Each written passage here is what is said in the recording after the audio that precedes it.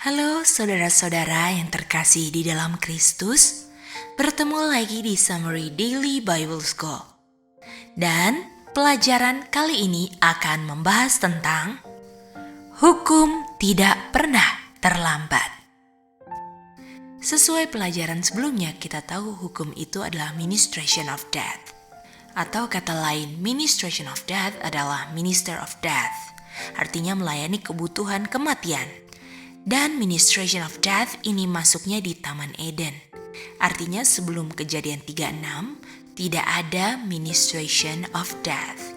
Walaupun di kejadian 2 ayat 17 ada kata death tanpa minister unto death. Jadi ada kata death-nya tetapi tidak ada kata ministernya. Jadi untuk bilang kata death di kejadian 2 ayat 7 tidak ada yang melayani karena tidak ada yang berdosa.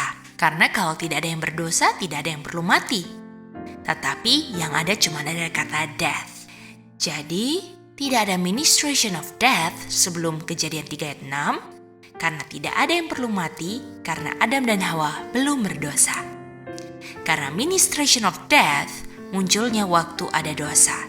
Karena upah dosa adalah maut, dan harus ada dosa dulu baru ada ministration of death. Jadi, waktu ministration of death melakukan tugasnya, dia minister kepada orang yang ministration of death ini mau orang itu untuk hidup. Atau ministration of death mau orang yang harusnya mati untuk hidup. Kalau ministration of death melakukan tugasnya sejak awal, orang yang dibilang kamu harus mati, orang itu sudah lama mati. Tetapi buktinya, dia ketika bilang kamu harus mati atau memberikan surat kematian, itu untuk orang itu hidup. Karena dia mau orang yang harusnya mati, hidup. Seperti yang dibilang tadi, kalau ministration of death menjalankan office-nya sesuai dengan title-nya, artinya orang itu sudah lama mati. Artinya seharusnya ministration of death sudah datang sebelum dia datang untuk orang itu hidup. Artinya dia datang terlambat dong. Karena kedatangannya yang terlambat ini untuk orang hidup. Karena seharusnya kalau dia tidak datang terlambat, orangnya itu harus mati. Jadi waktu dia datang untuk kamu hidup. Nah pertanyaannya kenapa orang ini masih hidup? Kenapa ministration of death tidak melayani surat kematiannya dulu? Kenapa malah memberikan surat kehidupan? Atau kenapa ministration of death datang untuk kasih surat kehidupan pakai label kematian sebagai ministration of death? Jadi yang seharusnya ministration of death datang, di situ malah tidak terjadi apa-apa. Malah waktu saat dia datang terlambat, terjadi sesuatu, tetapi sesuatu yang terjadi ini bertentangan dengan title tugasnya, malah orangnya hidup. Seenggaknya ketika dia datang terlambat, paling enggak dia kasih dong surat kematian sesuai dengan title-nya. Jadi alur ceritanya, kalau datang terlambat kasih surat kehidupan, yang seharusnya tidak datang terlambat kasih surat kematian. Jadi bagaimana menjelaskan cerita ini? Jadi di saat orang berdosa, diaktifkanlah ministration of death. Tetapi dia tidak bikin apa-apa di situ. Dan waktu dia menjalankan tugasnya, malah kasih kehidupan. Jadi kalau kita lihat di sini, ministration of death ini tidak berfungsi dengan seharusnya. Seakan-akan dia itu bohong. Tetapi tidak bisa dibilang seperti itu. Karena ministration of death ini menjalankan tugas sesuai dengan waktunya yang tepat. Jadi ketika kita bilang bahwa dia datang terlambat untuk memberikan kehidupan, itu karena dia setia menjalankan tugas ministration of death-nya. Dengan kesimpulan bahwa dia setia menjalankan tugas ministration of death-nya, dia bisa terlambat dan menjalankan sesuatu yang tidak sesuai dengan title-nya. Kenapa bisa terlambat? Karena dia tidak terlambat menjalankan sesuatu yang sesuai title-nya.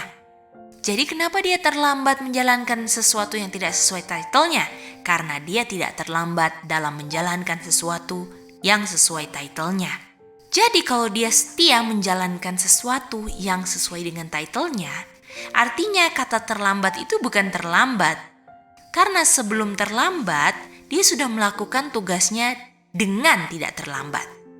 Jadi, ministration of death tidak pernah terlambat.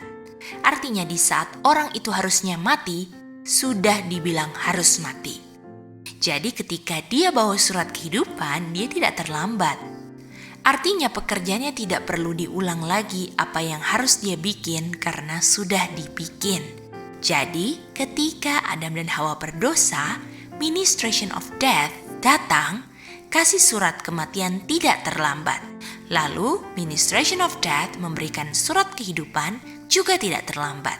Karena kalau terlambat artinya yang pertama tugasnya juga dia lalaikan. Karena tidak lalai yang pertama, yang kedua pun tidak bisa dibilang terlambat atau dia tidak terlambat. Pertanyaannya, kenapa masih hidup kalau di awal ministration of death sudah tidak lalai untuk kasih surat kematian? Dan kenapa dikunjungi yang kedua kasih surat kehidupan? Jadi kita tahu kesimpulannya bahwa ministration of death setia menjalankan tugasnya. Jadi waktu dia datang untuk memberikan kehidupan, ini terlambat yang bukan terlambat. Dan ketika dia kasih surat kehidupan, ini untuk orang yang berbeda dari yang awal yang dia kunjungi untuk membawa surat kematian. Jadi dia bilang kamu harus mati sesuai title, tapi untuk kamu hidup. Jadi kunjungannya dia lakukan 2 kali, tetapi 2 orang yang dia kunjungi adalah berbeda. Kesimpulannya, dia dengan setia jalankan hukuman kematian bagi yang tidak patut mati. Dan dia juga setia jalankan kehidupan untuk yang tidak patut hidup. Jadi di sini, ministration of death tidak pernah datang terlambat karena dia setia menjalankan tugasnya. Jadi ketika ministration of death melakukan kunjungan yang kedua, kamu harus mati. Pertanyaannya kenapa dibilang itu lagi, bukankah sudah ada yang mati sebelumnya? Ketika dibilang kamu harus mati, itu karena kamu yang berdosa. Dan harus dibilang kamu harus mati supaya kamu tahu bahwa kehidupan yang kamu hidupkan ini, itu karena sudah ada yang mati buat kamu. Apakah sungguh mantap sekali pekerjaan dari hukum, the ministration of death, yang menjalankan tugasnya dengan setia?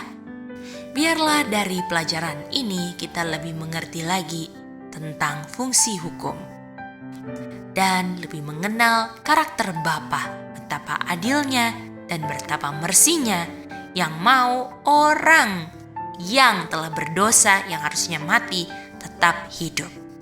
Jadi walaupun ministration of death sebenarnya ministration of life, karena Tuhan menginginkan kita semua hidup. Tuhan memberkati kita semua, sampai bertemu di summary berikutnya.